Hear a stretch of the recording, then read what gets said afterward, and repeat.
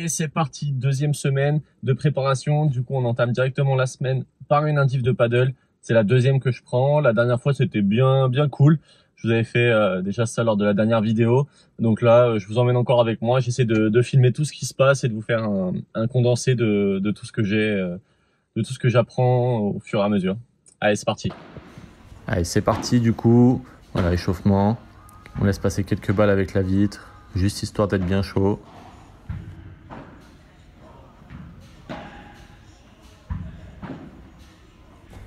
Et on est parti du coup, voilà, premier exercice où il me demande de venir coller ma vitre sur le côté et de venir taper toutes les balles avant qu'elles touchent la vitre. Donc souvent en demi-volée. Voilà, ne pas se laisser surprendre par le rebond de la vitre et apprendre à prendre en demi-volée devant.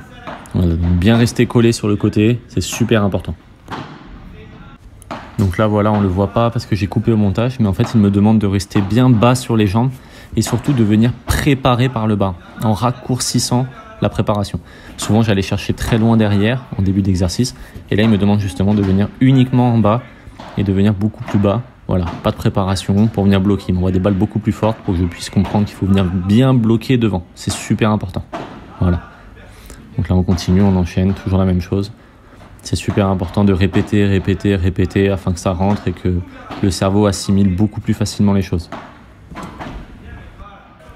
Voilà, donc on peut voir, il me demande d'être encore plus bas, de baisser mon centre de gravité.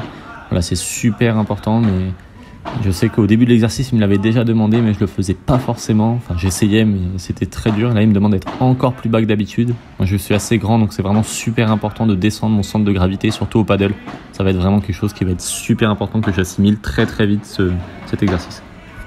Et du coup, on continue tout de suite avec une petite variante de cet exercice où il m'envoie justement la première balle de la même façon. Donc, je dois devenir bloqué devant. Et la deuxième, je dois essayer de venir lober sur son épaule gauche. Donc, il est dans ma diagonale et je dois essayer de venir lober sur son épaule gauche. Voilà, ça va être super important afin de le neutraliser. Donc, on est beaucoup parti sur cet exercice. On a beaucoup répété.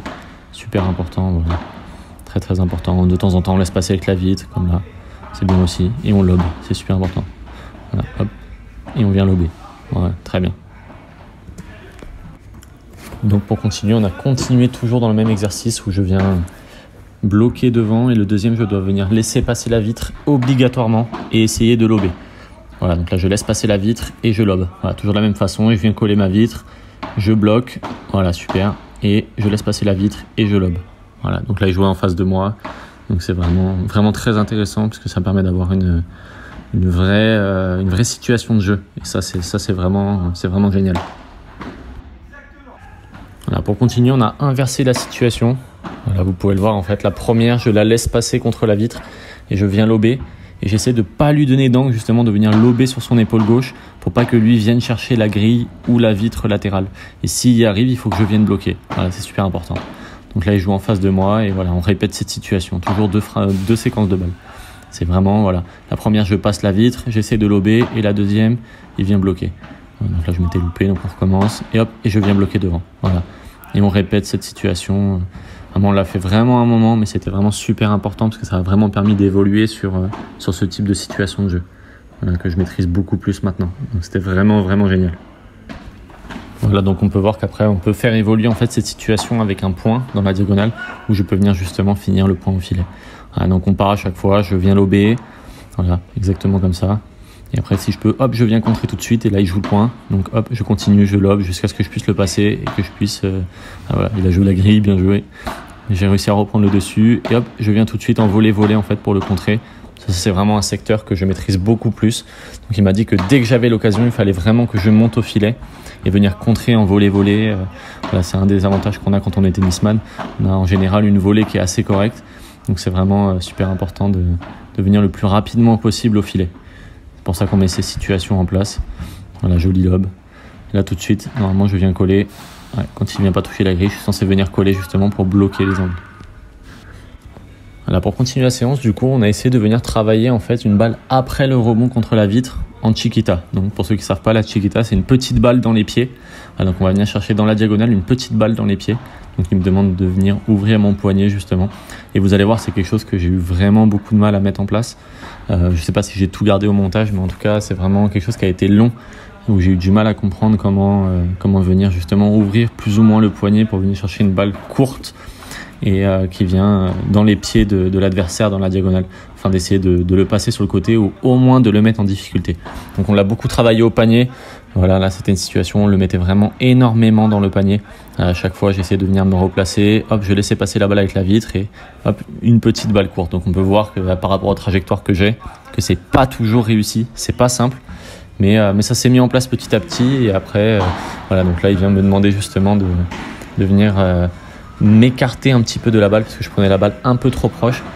Du coup, ça me permettait pas d'avoir une bonne ouverture de poignet. Donc c'était vraiment super important que je vienne m'écarter, que hop, je contourne la balle, que je passe en dessous pour essayer de venir la gratter, mais dans le sens inverse. Ah oui, et pause 2 minutes. Un tout petit truc qui m'a demandé en plus, c'est de venir arrêter de taper la balle devant moi, mais de plus la taper sur le côté, voire un poil derrière moi. Mais vraiment très léger et le plus possible sur le côté. Et cette fois, on l'a mis en version plus dynamique, donc je devais venir me replacer le plus vite possible et en même temps laisser passer la vitre et mettre petite balle courte.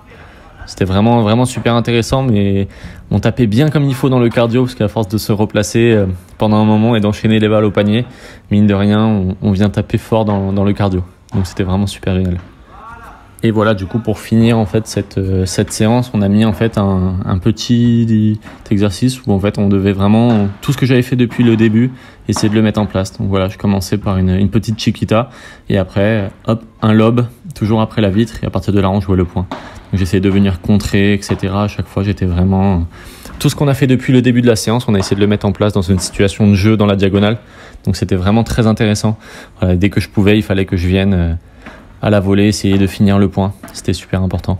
Voilà, donc petite volée de temps en temps, hop, avec la vitre, on laisse passer toujours, super important. Et on vient terminer le point. Dès que c'est possible, vraiment, il m'a demandé, il a insisté là-dessus, il fallait vraiment que je vienne le plus rapidement possible au filet. Même si on travaillait un coup de défense, c'était vraiment super important. Voilà, donc là, toujours la chiquita. Et hop, et je viens lober dès que je peux pour essayer de reprendre tout de suite le filet. Voilà, je viens contrer. Et j'ai pas réussi à prendre le filet tout de suite. C'est dommage. Ah, c'était un lob. Apparemment le lob était bon. Et dernière balle, du coup, on vient lober. J'essaie de finir au filet. Je crois que j'arrive pas à finir le point. Voilà, il me lobe. C'était la fin de la séance. Le twinner tenté. Il est passé. Allez, fin de séance du coup. Bon les gars, fin de ce deuxième entraînement. Je pense que vous allez le voir sur les vidéos, mais je suis complètement mort. Complètement. Donc j'essaye, je me donne à fond sur absolument toutes les balles. D'ailleurs, c'est ce que le coach m'a dit, que je me suis bien donné sur toutes les balles. Mais c'est vraiment très dur physiquement. Donc là, je sors de la douche et c'est parti maintenant pour aller bosser ce soir jusqu'à 22h30. Yo la team, j'espère que vous allez bien. Aujourd'hui, je vous emmène avec moi pour les championnats de France par équipe de padel. Parce que pour ceux qui savent pas, les championnats de France vont se dérouler à Toulouse, au Toulouse Padel Club. Et il se trouve que c'est à un quart d'heure de chez moi. Donc j'ai la chance de pouvoir aller voir du très beau niveau avec les meilleurs joueurs français qui vont s'affronter pour remporter le titre. Donc aujourd'hui, je vous emmène avec moi. Je vais essayer de filmer un maximum de points et de vous mettre les plus jolis points que je verrai dans le prochain vlog. Allez, à tout de suite.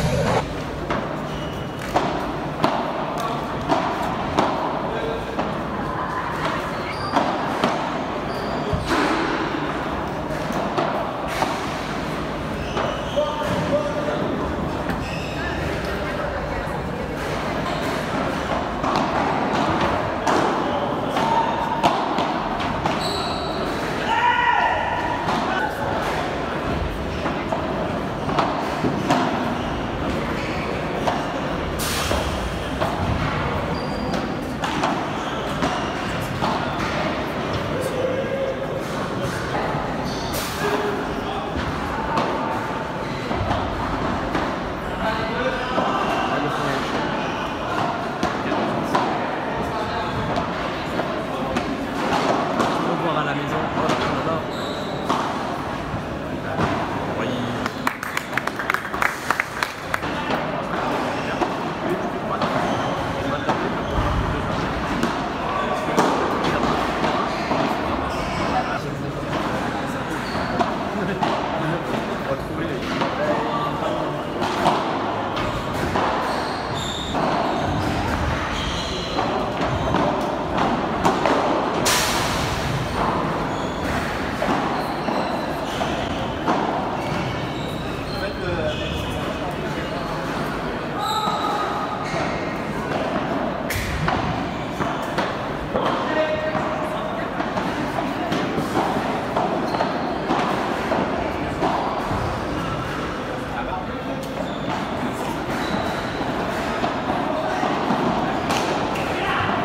Voilà la team, fin de la vidéo du coup sur une victoire de Tison Bergeron, la tête de série numéro 1 de ces championnats de France.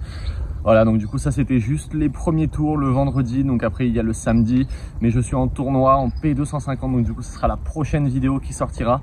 Et le dimanche on ira sûrement voir les finales, mais j'aurai sûrement pas beaucoup de temps pour filmer. Donc sur ce, je vous laisse mettre un pouce bleu si la vidéo vous a plu, vous abonner, et je vous dis normalement dans la semaine si tout va bien pour la prochaine vidéo. Allez, salut l'équipe.